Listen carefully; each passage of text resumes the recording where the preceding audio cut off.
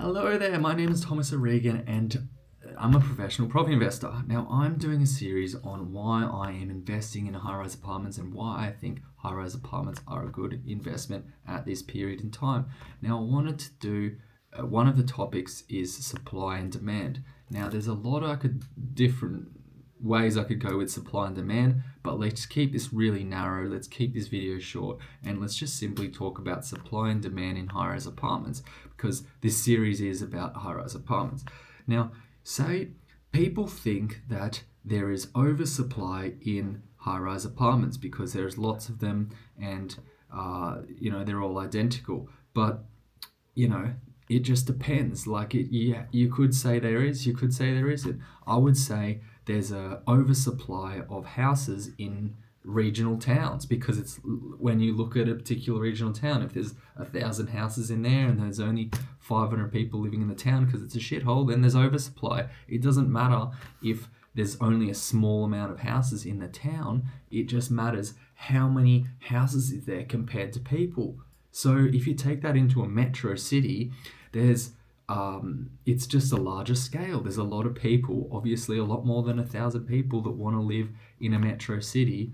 So there is, most of the time, enough people to fill all these apartments, even though they're all identical. People, it may surprise you, but people, when they come to Australia, typically, they need a job and they need to study and whatever. And the cities are the best place to do that. Now, let's just dive a bit more on supply and demand. Now, what I wanted to talk about with supply and demand in high-rise apartments is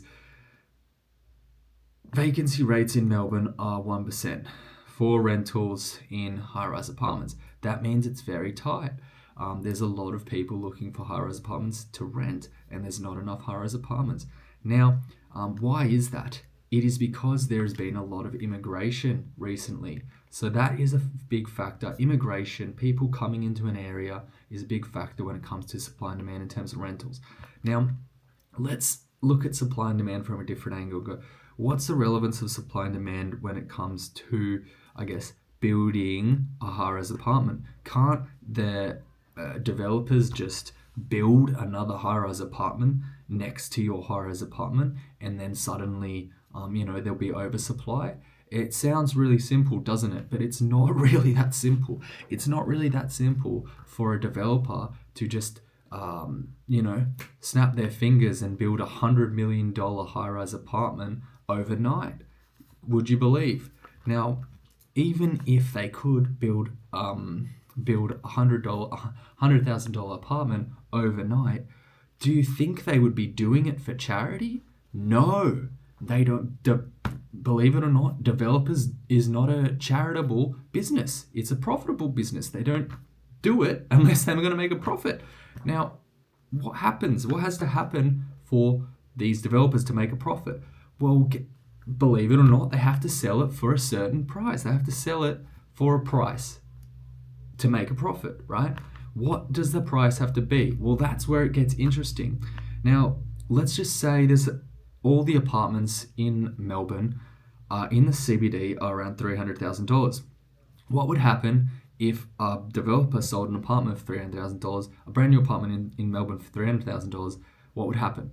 They would go broke very badly. They would go very, very, very, very broke. How much then? What the question is how much would they have to sell it for to make a profit?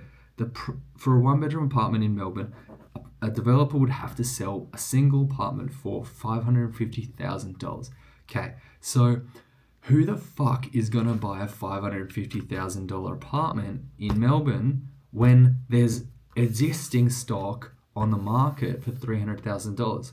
So my point is, developers aren't going to build if no one's going to buy their product because they will not make a profit, okay? So even if they could, they won't do it unless someone's going to buy them. And that, in fact, most developers need 50% to 70% of the properties sold pre-sold before they can even start. So that is what is holding back the supply when it comes to high-rise apartments in Melbourne. So hopefully that helps for you guys to understand why, when you are looking primarily at investment principles, how you can apply any investment, including a high-rise apartment, for the numbers to stack up and it be a good investment. See you guys next time. Bye.